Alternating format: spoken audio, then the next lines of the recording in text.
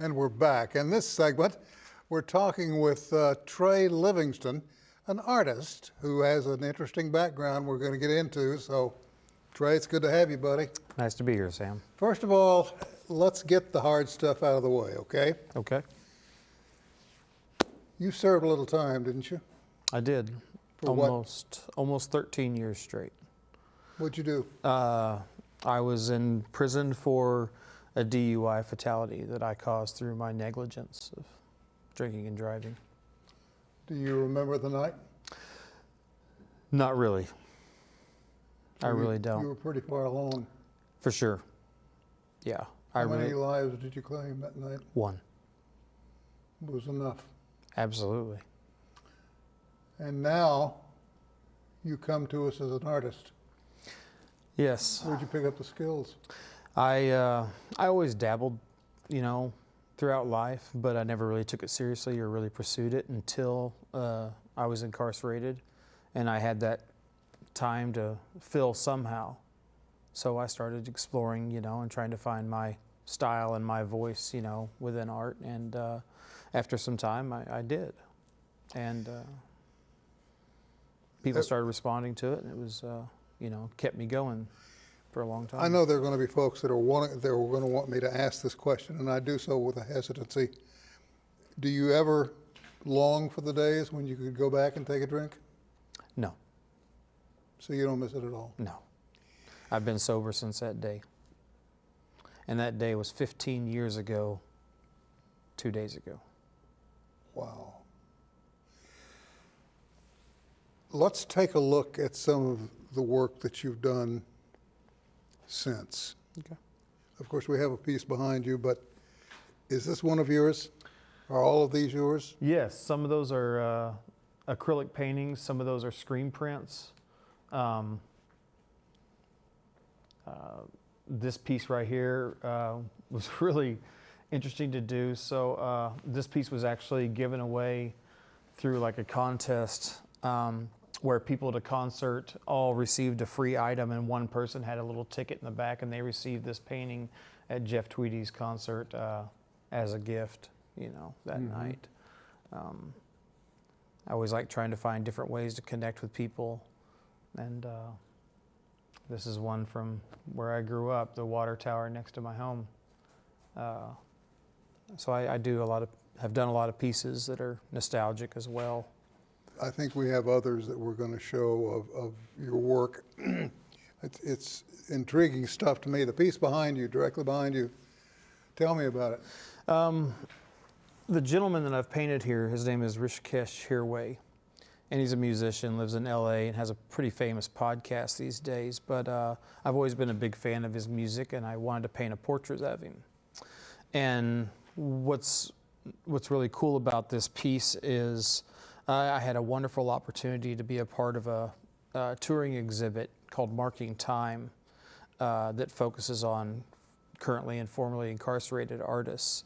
And this piece has shown in the MoMA PS1 in New York City.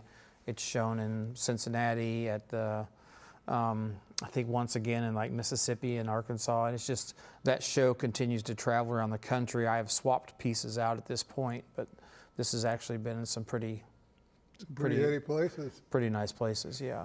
You have a whole new sense of direction now. Yes. And it seems to be paying off in spades. Are you comfortable with it? Are you going to pursue this full-time? The art, no. I'm actually not. My focus is really in advocacy and working with other people that have been in, my situation.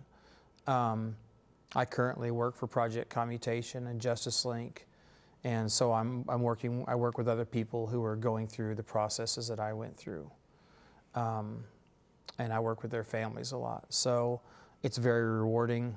I sleep pretty well at night knowing that I'm giving back and contributing the way I can. I also run an advocacy program trying to bring more awareness around drinking and driving and the consequences of those choices. And I've been able to reach, literally thousands of people, and through that work. And it's an admirable quest. It's not an easy one, though. And again, it harkens back to a question that's been rolling around in the back of my mind. You've got to get calls all hours of the day and night. How do you mean? People calling for help.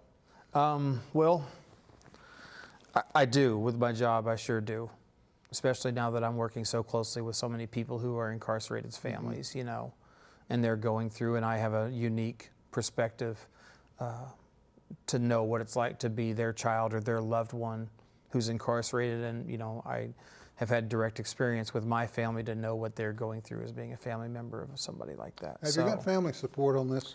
I do. I've always been very fortunate that my family has supported me through this. They've helped me take my art and utilize it in many different ways, you know, whether it's donating to charities or awareness or however it can be used. We've tried to participate in as many things as we could for a long time. You know, this is Oklahoma, and folks in Oklahoma have a reputation of not being forgiving. Have you run into much of that? And let me qualify that question a little bit. People who might not even know why you were incarcerated just sees you as an ex-con. They don't realize you have a talent. They don't realize you have a family. They don't realize you're trying to rebuild, that you're trying to give back. They just condemn you right off the top. Sure. And at a distance, it's real easy for folks to do those kinds of things.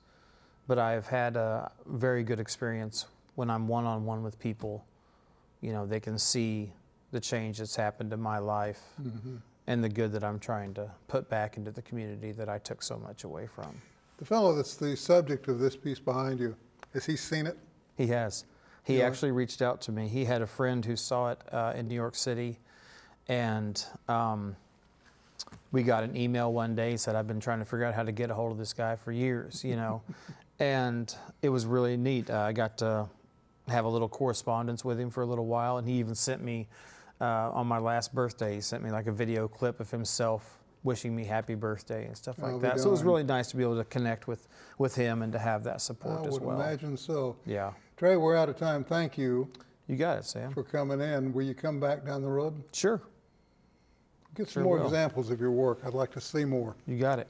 Thank you, my Thanks for friend. having me. We're going to take a short break. We'll be back right after this.